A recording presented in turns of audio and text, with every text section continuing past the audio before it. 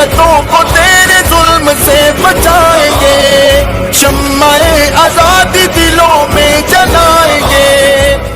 ناظرین، اس وقت کی بڑی اہم خبر آپ کے ساتھ شیئر کرتے ہیں۔ ناظرین، آپ کو بتلا دیں، مولانا محمود مدنی کے بیان سے مشتعل B J P M L A نے جمعیت علماء ہند اور مدارس پر بولا حملہ۔ کہا، جمعیت جیسی تنظیمیں سماج اور ملک کو تقسیم کر رہی ہے۔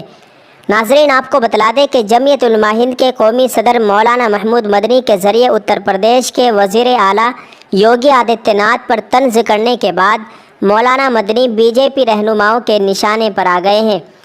ناظرین، دیوبند سے بی جے پی کے ایم ایل اے کنور برجیش سنگھ نے مولانا مدنی کے ذریعے سی ایم یوگی آدتیہ ناتھ کو نااہل بتانے پر غصے کا اظہار کیا۔ انہوں نے مولانا محمود مدنی پر بڑا حملہ بولا ہے۔ محمود مدنی کا نام لیے بغیر انہوں نے کہا ہے کہ اتر پردیش کی یوگی حکومت کو اس خاندان کے کسی سرٹیفکیٹ کی ضرورت نہیں ہے جس کے خاندان نے آزادی سے لے کر آج تک ملک اور سماج کو تقسیم کرنے کا کام کیا ہو۔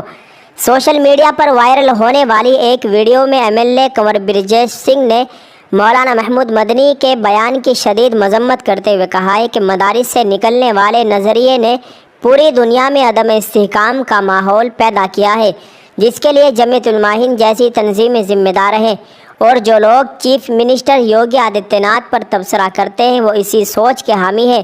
انہوں نے کہا ہے کہ ریاست میں بی جے پی حکومت یوگی آدتیہ ناتھ کی قیادت میں تاریخی کام کر رہی ہے۔ اتر پردیش حکومت اور وزیر اعلیٰ یوگی آدتیہ ناتھ کو کسی سرٹیفکیٹ کی ضرورت نہیں ہے۔